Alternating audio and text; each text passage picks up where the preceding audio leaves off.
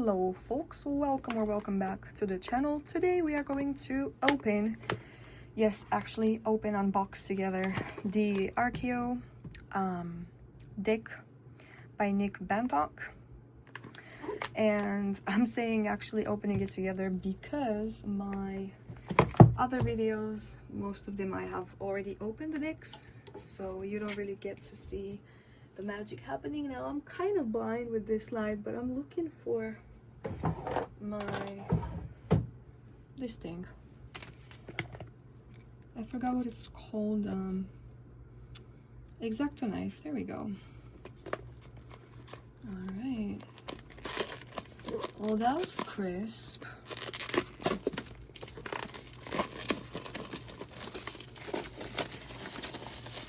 Little ASMR moment. Okay. Toss that to the side and let's see what Mr. Bantock has in store for us. So this is a magnetic closing box, which we love. This is a little bit dented because thank you so much, Amazon. Don't matter, we're gonna use the shit out of it anyways. Build your inner life with a cast of colorful archetypes. 42 card deck, 204 page full color guidebook. And I have seen reviews on this before, and I am gonna be in for a surprise, I believe, because I've heard that the cards are pretty big, pretty huge. Ooh, love me a little bit of justice picture on the inside of the deck. Yes, very much English. Love that. Little ribbon for easy access.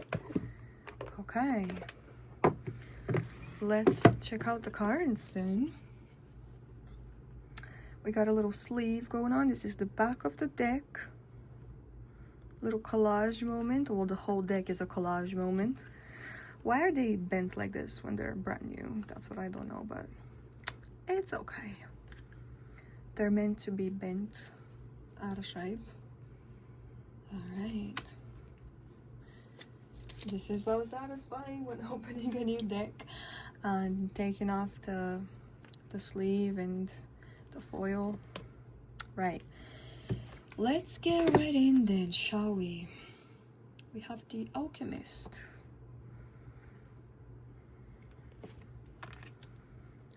The Angel. Anima and Animus. I just love these. Arbiter. Awakener. Demon. I just love the inspiration. I don't know if these are actually taken from any historical works of art regarding alchemy and esoteric teachings, but they definitely look the part. If they were inspired by them, they did an amazing job. This is the Dreamer. Duende. Eccentric. Falcon. Fatalist. Interesting symbolism on these cards. Definitely can be studied. Grace.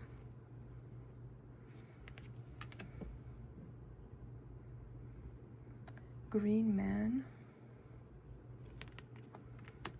Healer.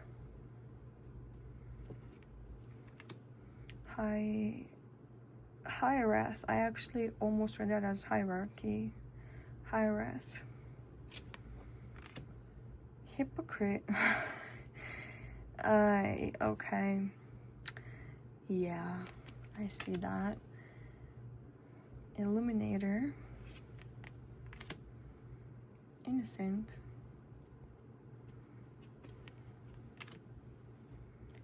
Intimate. Inventor. The Jester.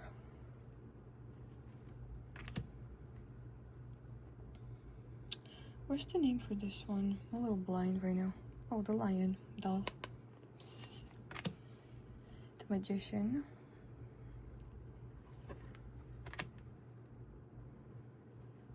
with his many tricks of sleight of hand. Metamorph, Midwife, Mobius, Mooncat, Observer, Poet, Reflector, Sage, Shadow Diver, Siren, Star Climber, Strategist, Survivor, Trickster, Wanderer, Warrior. Are you a warrior or a warrior? Wolf. And they did add a couple of blank cards for you to fill up yourself with your own archetypes, if you wish. Okay, so I'm gonna show you a size comparison with a regular size tarot deck, which is one of my favorites. You always see it, but it's just because it's what I have on hand, because I always use it. This is the Tarot of the Dark Woods. So this is a size comparison. This is a gloss, a high gloss, I believe. Let's put this on the side here. All right. It does have some snapback. These are a little thinner than most of the oracle decks I've seen, but it doesn't bother me because they shuffle really well. All right. So let's take a look at the guidebook. Full color, as we've been promised, and even better, mind you. We have a full page dedicated to the card, probably the same size as the card. And sometimes when I don't feel like pulling cards, I will literally do a little book divination and just randomly stuff it somewhere. And it's funny because this card did get my attention before. The Mobius teaches us to view time not in relation to our linear mortality, but in terms of a perpetual circular motion. When you are no longer restricted by a sense of impermanence, your plans and decisions can be more deliberate. Eternity is not best represented by an arrow in flight, but rather by a worm following its own tail. Without the understanding of the Mobius, we can live without fear. With the understanding, we can live without fear. For he comprehends that death is merely a frozen moment, not a conclusion, but a transition from one state to the other.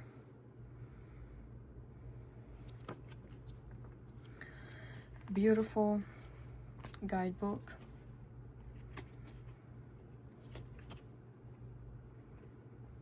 So the cards are in alphabetical order. Have a little introduction, and then it jumps right into characters. Oh, this is nice. We actually do have a tale for each and every one of the archetypes. The following 40 short tales aren't an attempt to define or summarize the individual Archeo. Instead, they're meant to give you a sense of the character's emotional tone and the spirit that drives them.